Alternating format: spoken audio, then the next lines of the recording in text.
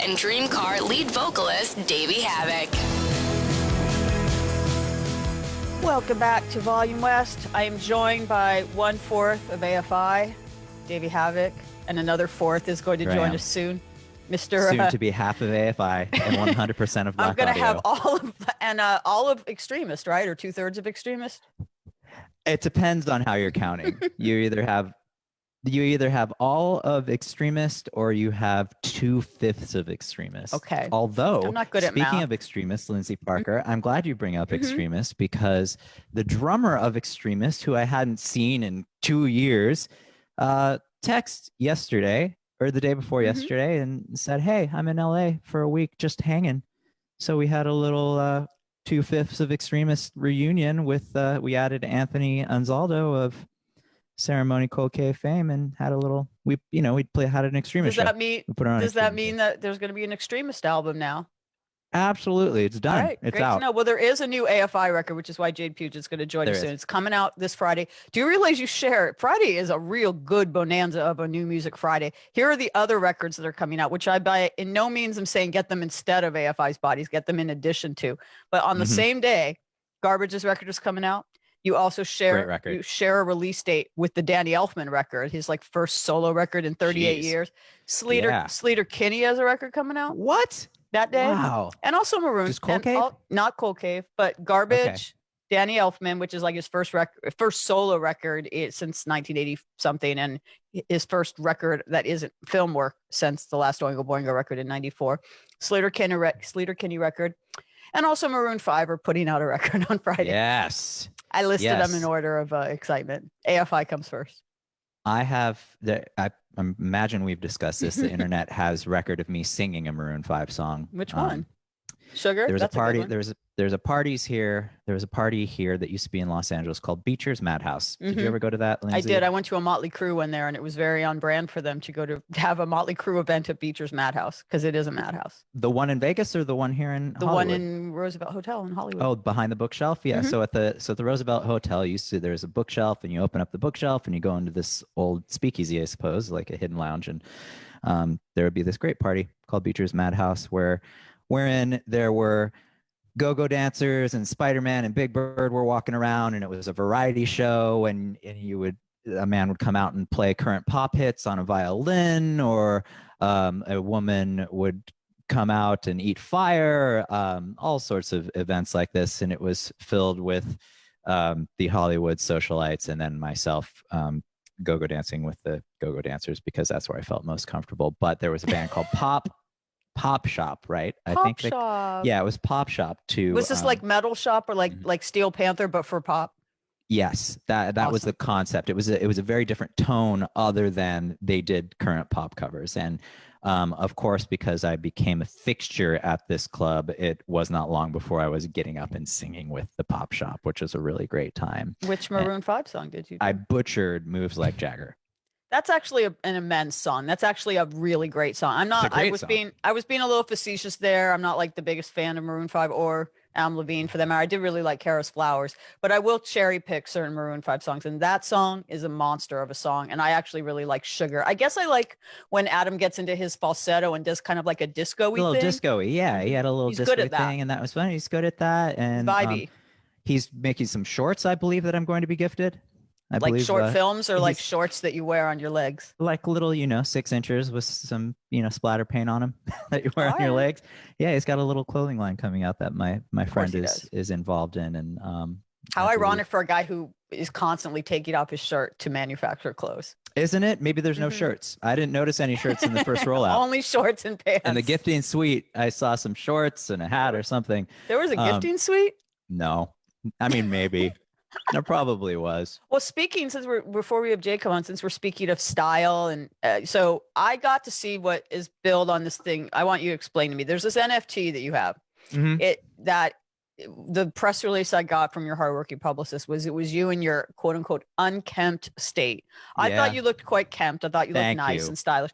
I have seen you in your unkempt state on Zoom for the last year and the 3 months. I've seen every hairstyle and every length of hair you've had. I've seen when it gets big. I've seen it washed, unwashed. I was like your plant that you didn't need a plant because you had me and you just watched me grow I feel like I got my own NFTs. I feel like I should have made NFTs. No wonder you never wanted me to take screenshots of our chats, because you were saving it for your NFT with a professional we didn't even know that photographer. existed at the time. But with a professional and esteemed Yeah. photographer. Tell me about this whole project.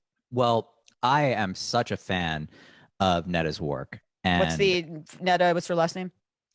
I Is she just known forgive as, me if her name, I just don't want to mispronounce it. It's Safari, I believe. Yeah, and she's muted Fawn on Instagram, I believe. And she is muted Fawn. Forgive me, Netta, if I mispronounced your name, but wow, she's talented. And I forget, we've spoken of her before on the show, Lindsay Parker, but I forget that she's done work with a friend of yours. And I didn't realize that she was either nominated or got a Grammy. I think she got a Grammy for the St. Vincent artwork that she did. Oh, she did? She did that? I'm not friends with St. Vincent except in my dreams. But I've met St. Vincent. Oh, okay. We don't like hang out. I thought you were gal friends. We've met and we're friendly in the moment that we met, but no, we're not like, I want to. Hey, Jade has joined us. We'll have to speak about Davey's. We'll talk about St. Vincent later. And my imaginary friend, St. Vincent, some other time. St. Vincent, if you're listening, Annie, give me a call. I'd love to be friends with you, but I enjoyed the one time I met you. But anyway, I've enjoyed meeting Jade Puget in the past, and now I'm about to meet him again. Meet me again. Here we are. We don't see you, though. We don't see you on the Zoom. Oh, really? Am I doing something? We would like to see you in your here we go. Pandemic I just left another interview, so like I haven't. No worries. Thanks for joining us. So thanks for having me. Congratulations on the Bodies record coming out Friday. Also, congratulations on the 15th anniversary of December Underground, which K-Rock's Instagram informed me of yesterday. I saw that. Yes, thank you. Turned 15, so pretty exciting. A mix of the old and new. One of your landmark albums just turned 15, which kind of blows my mind. And then another landmark album.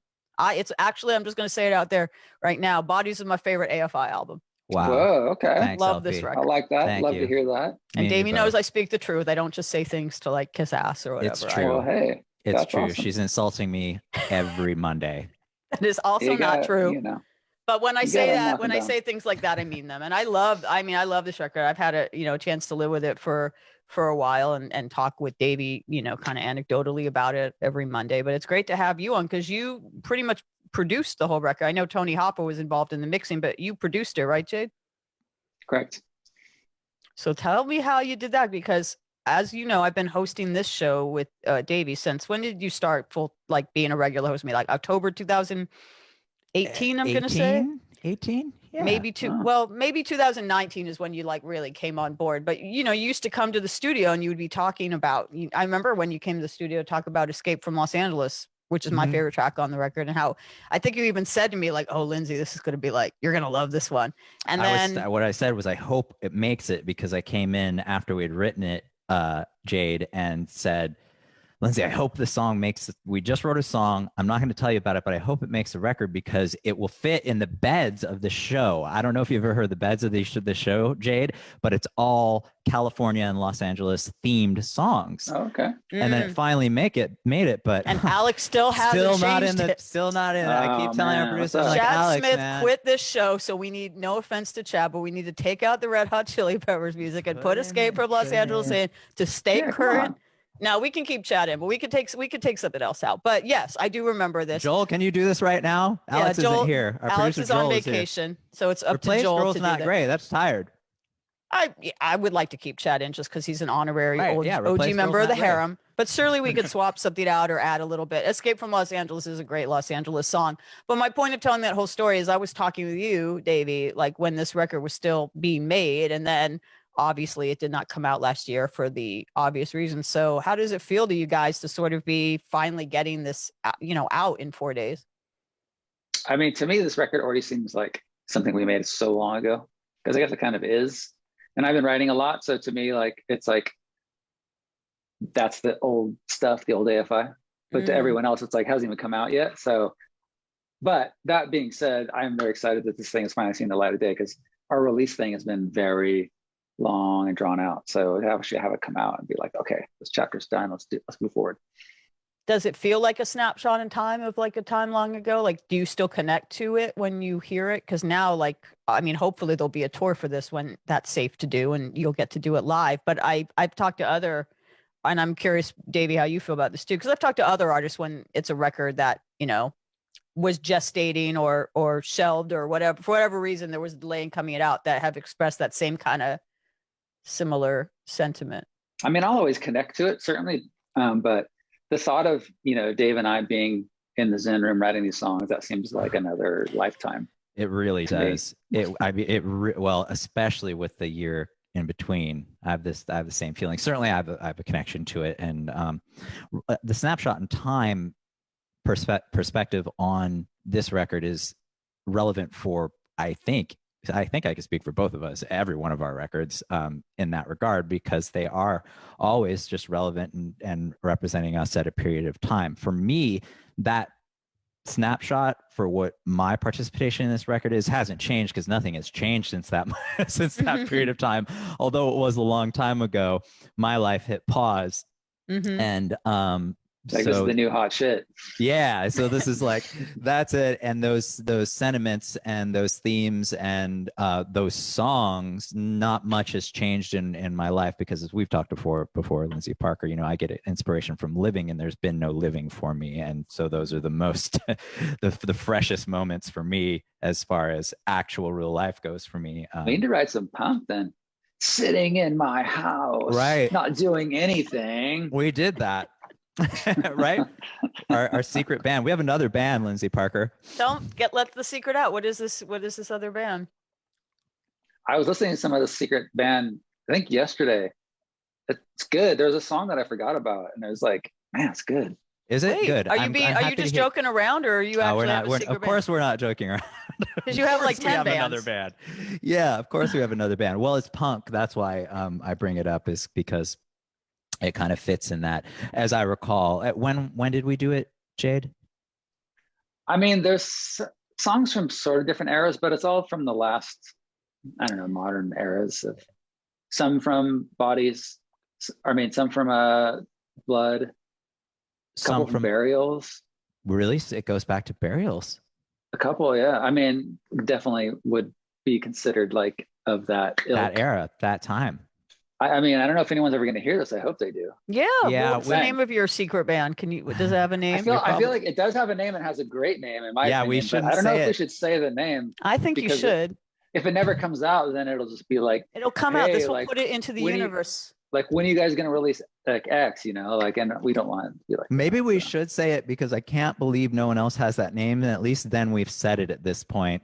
Is that legally binding? If we say it, can someone else just go like, oh, Joel? now I'm going to go Joel, get Joel's saying you should do it. Joel's a notary. Yeah. Joel's an authority. I give you guys full, I have, by the authority vested in me. Jade, just say it. And because I can't remember which version of it is, so whichever version you say. Joel, can we sue you if this doesn't work? I'm already talking. You can sue only Joel. To my brother. I am exempt. I'm exempt. And I've already begun. I'll begin the lawsuit against Joel. We're going to do a class action lawsuit against Joel. Yeah. We're going to get several people involved. People that hate Joel. Lindsay's going to sign it. You know what? But the world will be thankful that they know the band name. If I take the hit for everybody, so be it. Thank you for doing the Lord's work, Joel. So yeah, what's the name now that Joel said it's okay? Okay, the band is called Missing Images. That's it. Plural. And it's very, you know, it sounds very like No Way, or I mean, very post-punk, very like, you know, band. And that's kind of what we're going for, that kind of era, I think. It's kind of straight. Yeah. As I recall, I mean, you've listened to it recently. It's straightforward early 80s kind of California. Okay. Wasn't it California punk-ish or American? A little bit, punk? like, I mean, there's like Stiff Little Fingers kind of vibe in there. Oh yeah, like, there's some. I remember. Okay, because you're talking. I can think of the song titles where there's a little SLF. But yeah, like, you know, TSOL, like Adolescence, DI, X. Well, no, not the rock and roll part of X, I suppose.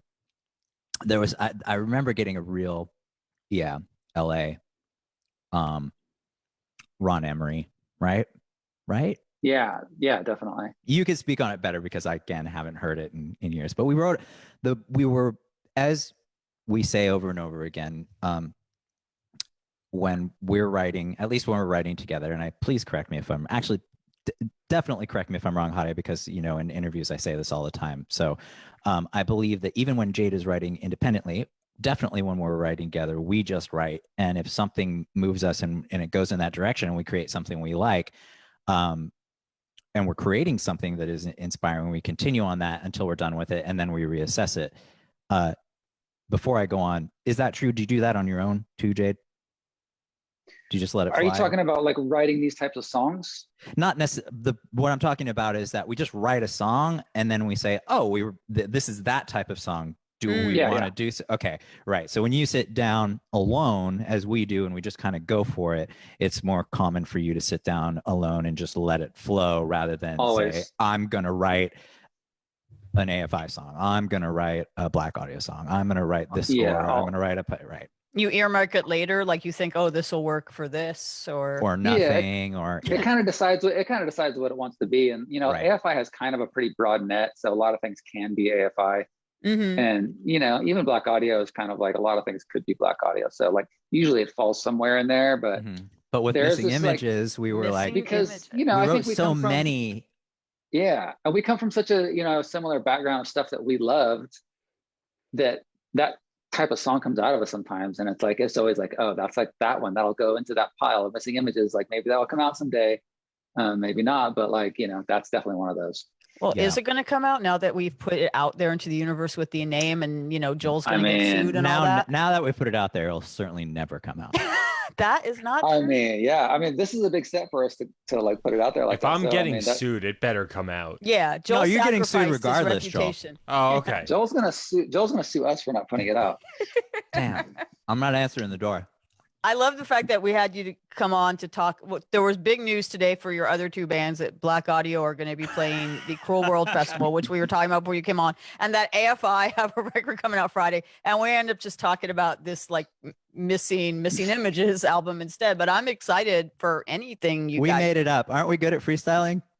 Yeah, I like a freestyle. Ripping. So before we get back to AFI though, is there, on all seriousness, since we let the genie out of the bottle now, is this Missing Images thing is this something that's coming to fruition? Is this something Lindsay, recorded in the can? We have no idea. I mean, we've told you, right? Our management's probably just like shaking their head right now, like oh my God, you're gonna hit us with another side project, you son of a. We actually tried. Busy. We briefly tried. I don't know if you remember or not, Jade, but we did bring it up to management, and it was around the time of I think it was shortly after the Extremist record finally came out or something. But they were just like, please stop talking to us. Don't do this to us. Please just. It was just so ignored. It was just a sad sigh, like because Lindsay, it's. When we put stuff out, we have this huge concept around this, and we have idea for artwork, and we want to put out vinyl, and we're just coming from such an old school of releasing music. We want everything to be cool, and we can't just throw it out there. Right. So that's a lot of work, and it's especially a lot of work for a band that doesn't exist and doesn't have a label and doesn't have a team and doesn't, so it's different. A lot of artists would listen and be like, what, you just put it out, you just put it on the internet, right? it's done. You're like, no, we gotta have a special vinyl. Yes, but I'm actually curious because picking up on something you said, Jade, you said a lot of things could be AFI, yet there are things that you decide aren't AFI, and you have all these other groups. So why is that? Like, there's a lot of artists that would just put it all out under, I'm sure there's people, I don't know people at your management, but there'd be people in the business who would say this confuses the marketplace for you to put out a whole bunch of records under all these different names. Just call it AFI. People, that's the most famous. Yeah, but it would also be even more confusing if we just put out as AFI any old thing that we wrote, and then it'd be like, what is AFI?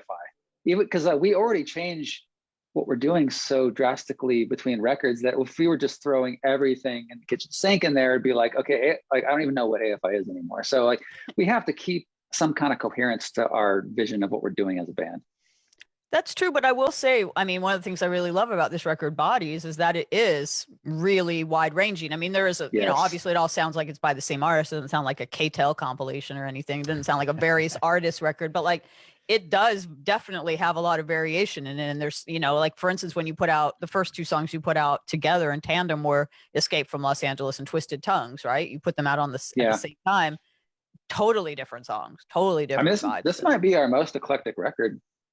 So let's talk about, was that a calculate? How did that come to be that it became so varied? I think, Dave and I, we were calling you, I just did a spin interview with Hunter and we were calling you Dave E, like Dave Entertainment, kind of like Charles E. Cheese. This I am ready for. Yeah, Dave So Entertainment. I'm going to call you from now on, Dave E. Just call me Charles. So Dave Entertainment and I, when we sit down to write, we've always kind of done the same thing, which is just like, let it come out. Whatever comes out, it's going to come out. And maybe it's just as songwriters, we've been doing this so long that it becomes more eclectic as we go, because we certainly didn't set out to write this wide-ranging record, and it just happened. And I think one good thing is like, Dave having this voice that is very unique is always, I was thinking about this today, actually. So one thing that's always going to tie everything we do together, it's like becoming more and more important as we start releasing such eclectic music, that we have that common thread. And I think as long as Dave is singing on it, then it's AFI, or otherwise it could really fly off into the ether. It's kind of like Simon Le Bon. The other day when we were doing our Duran Duran talk, I think you, Davey, and I were talking about, like, was I talking with you, Davey, or I talk about Simon Le Bon so often, it might not have been with you. Sorry if it was another conversation I was having. Might have been too. But sort of how, like, when you hear someone like him or Robert Smith, who's on the new Churches song that just came out, there's certain artists when they sing on other people's records or on whatever, when they sing in general, you just immediately were like, you recognize them right away. It doesn't matter what genre they're doing or what project they're on, it's them. And that, I would say that applies to you, Davey. Definitely, for better or worse, that I know that's the case, that I have a very distinctive voice, and that's something that has always polarized listeners to anything that I've been a part of, and that was that is there. So if you like it, you recognize it, and if you hate it, you recognize it. I wonder if, I was thinking about this too, because I watched a REM documentary and they were listening to the multi-tracks of Losing My Religion, and they soloed up Michael Stipe's voice, and he immediately was just like melted. He's like, oh, it's like, I don't want to hear my voice by itself. Like, please. He's like, oh, and you could tell he was like viscerally defeated by hearing his voice. And, I love his voice. I was like, wow, you hate your voice? And he's got a very unique voice. So I think I wonder if people with those unique voices like tend to not like their voice because it's so unique. I imagine you like your voice, Dave, because you're singing on this show all the time. Because I'm talking about myself all the time. But how, that's like, I'm curious. I don't like to hear my voice soloed. I know that. I don't hear my voice and upset, and am well, apparently I'm upset by my voice because I can't use it right now. I can't speak. I can't articulate. I don't dislike the sound of my voice necessarily. Although, when I do hear myself recorded and played back speaking, I'm like, I sound. Oh my God, my voice sounds insane when I hear it back. Right. But it is, Michael Stipe is a perfect example of the, that distinctive voice. Mm-hmm. He and Neil Tennant sound very similar. Why do you say your voice, though, Davey, is polarizing?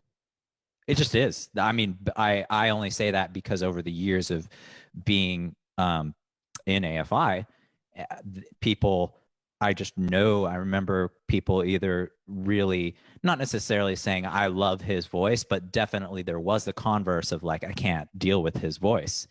And I have a high voice. My speaking voice is relatively high. I live in the higher range of the male vocal, and that's something that also is it's rare in the male voice where my voice sits. So depending on your affinities or dislikes, you have to kind of stretch a little bit to get involved with a higher male voice emotionally. And I think a lot of I remember being, when we were on the major labels and we were having commercial success, how high I sang and my lack of masculinity aesthetically was holding us back commercially in a couple of ways. Yeah, we were presented with that. You actually had conversations where like people were telling you to like butch it up more? Yeah. And Well, I remember obviously you didn't listen. I remember being told, like, back then research at radio was like how they decided if you got played. They did research, and it was always like, well, the research, like, Dave has a very distinct voice, and like it's not researching. It's like, fuck that. Who gives a shit? Some dipshit doesn't like his voice, and like, so we're not gonna get played. Like, well, fuck it then. I don't care. Yeah. What era? Because I just mentioned that December Underground turned 15 yesterday, and that was, I guess, that was your most mid 2000s. Yeah. There is only a little the radio era. But so around the time when December Underground came out, your most commercially successful era, at least at radio, like that. So obviously you proved these people wrong. That this is the stuff you were getting.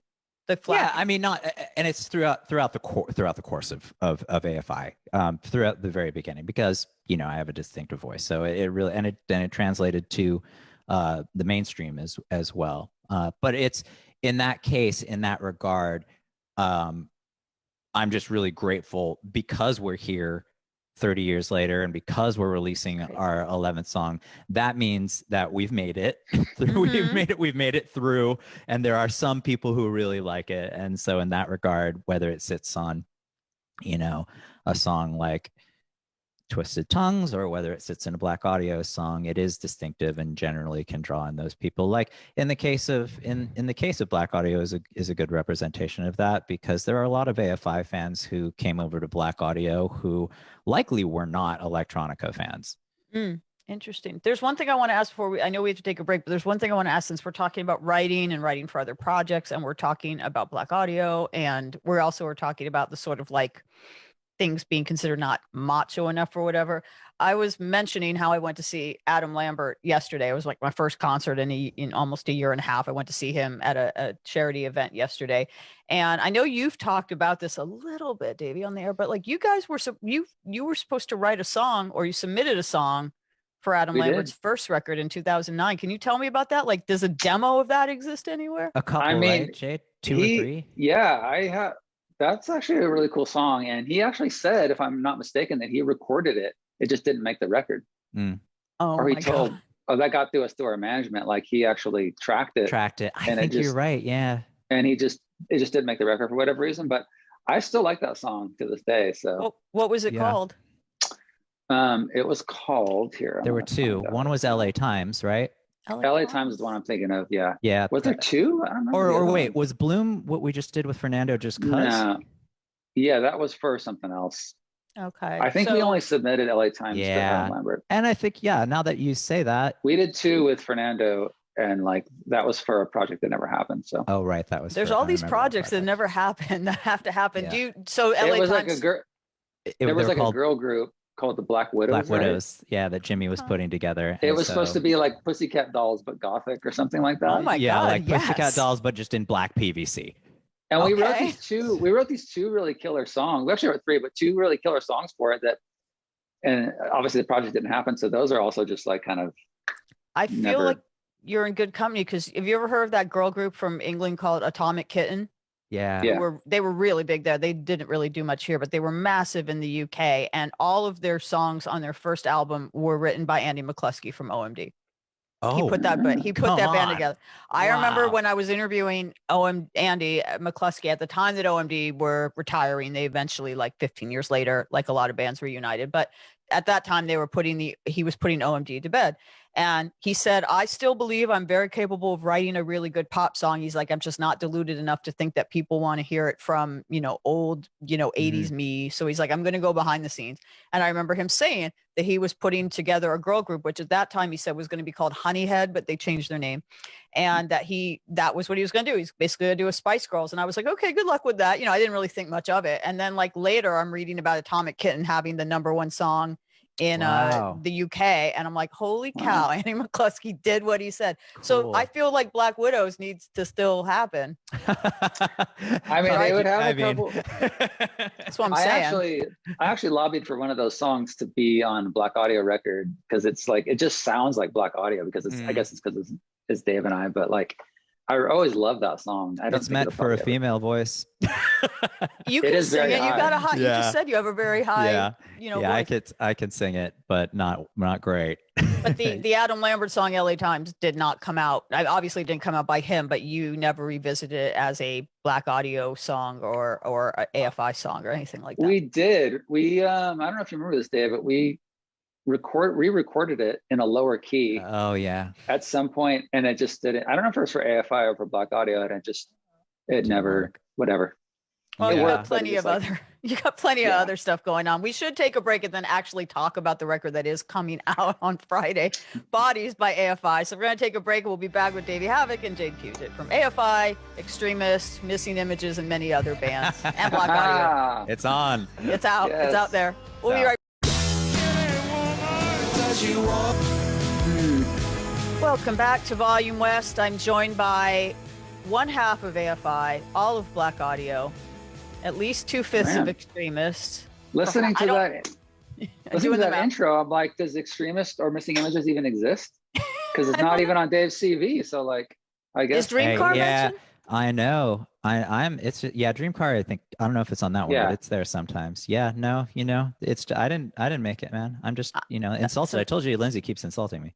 It's another thing. Well, it's another thing we got to ask Alex about. He's got to somehow edit that intro music to put Escape from Los Angeles in. And then, he's got to add a couple more things to the CV. I often mention Extremist on the show, though. I think actually, and what's like I say Ramones X. I mean, but Jay's not in Ramones X. Okay. So we only have like one. How many people were in Ramones X? Members of Extremist. Okay. So like we have a fraction of that. 2 members of Extremist, 3/5 of Extremists make up Ramones. But X. of course, to get back on topic. Yes. Main band that you are known for at the moment before Missing Images take over. I was going to say Missing Images. Is AFI.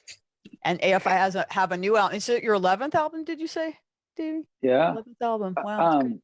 What's cool is on whatever this little intro music was playing, and it was tied to a tree, but it came in at a very strange part in the song, so I didn't immediately recognize it. I was like, well, this is cool. What is this? This sounds like Bauhaus or something. And then I realized it's tied to a tree. And I was like, oh, I'm loving my own song. That's a very good sign. It's a good sign when you love your own songs. And when's that video coming out? Didn't Davey, we were talking about? Yeah, we shot it recently, and we just saw an edit of it yesterday, 2 days ago. Did you leave the part where you cry? Yeah. I gave the rest of the members the opportunity to nix that, but no one bit. Honestly, I didn't even notice you were crying. Great. I was baffled. Marissa, my wife, says like she was going to text you and be like, your eyebrows look amazing and your look is very cool in that. Wow. She was explaining why your eyebrows were good, and I was like, okay.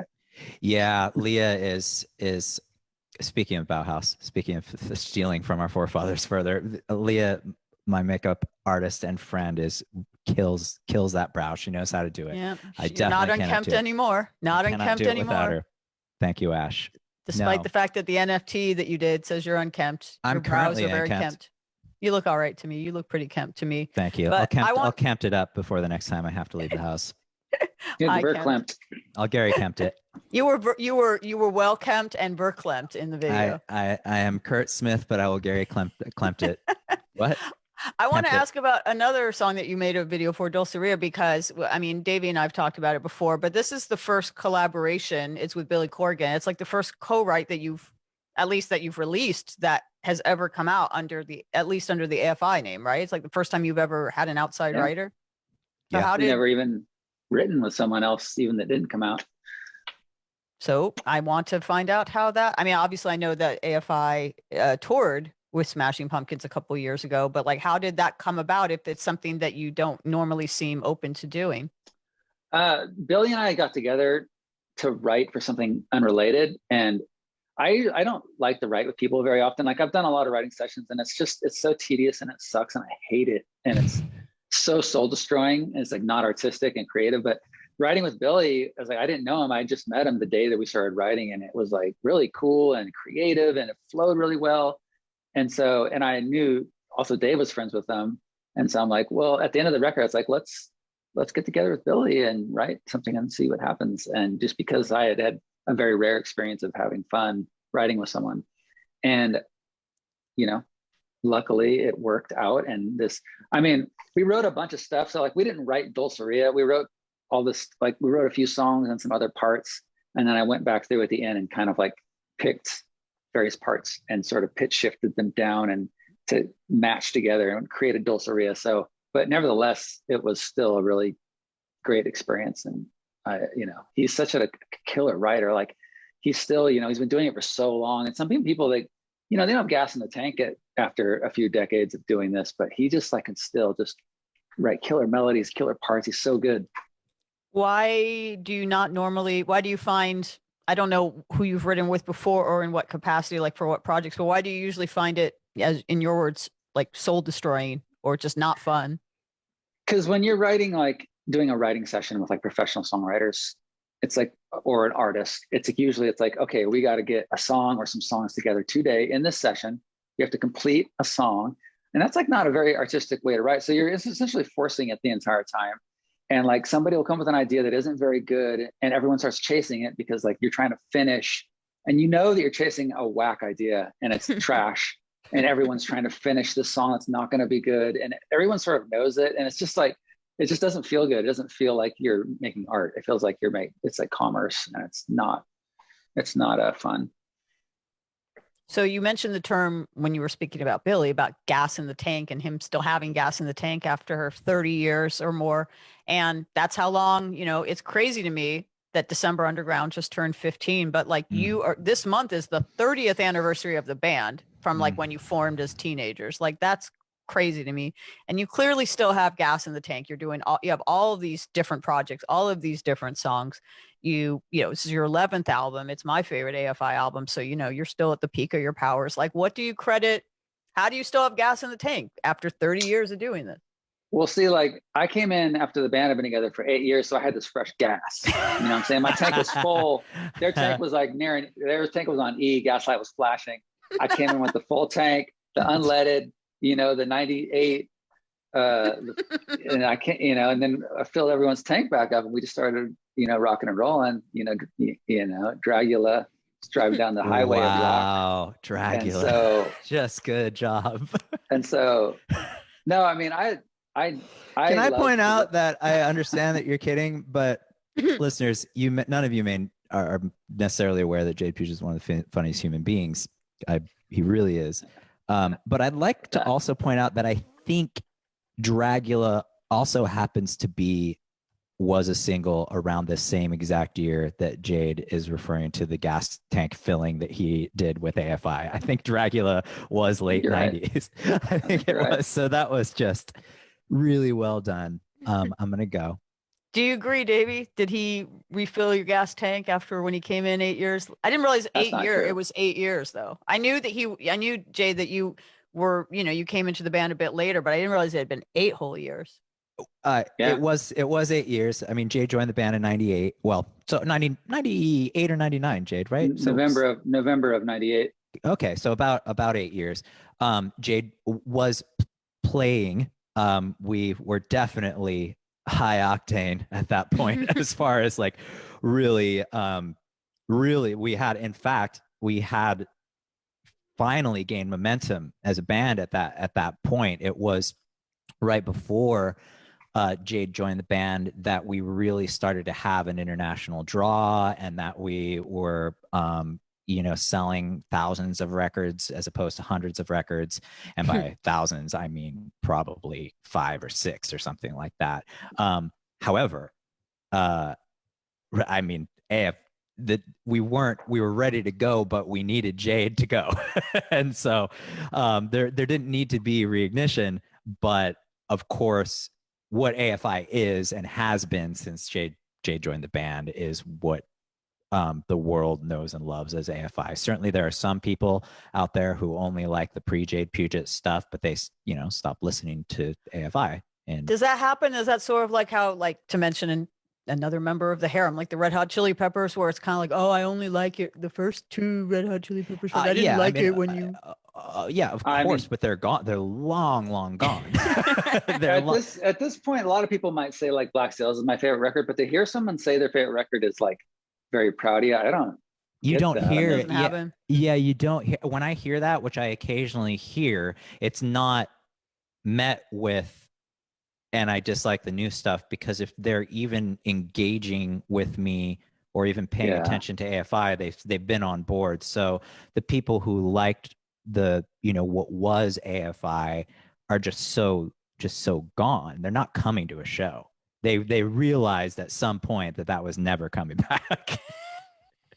Some point, like 5 years in or 10 years in or 20 years in. Yeah, 10 years of talking shit, they finally realized, like, why aren't you playing the old stuff? It's like, dude, we haven't played the old stuff for like 2 decades. Yeah. But your fans seem really into the new stuff. Your fans in general seem for a long time, been very much, for the most part. Of course, there's always going to be dissenters, but very much they go along for the ride of AFI. And even though things will sound different from album to album or even song to song within the same album, like they pretty much are, into it. They're not like, why don't you sound, I guess there's probably all people are going to be like, why don't you sound more like the record that the first pick the record that you first heard by AFI, and that is the answer. Not you, but generally, and that is with any human being. It's I found this is the first record I heard by you. I want you to sound like that. And it doesn't matter if it's the newest record, the oldest record, whether you're talking about The Cure or whether you're talking about Metallica.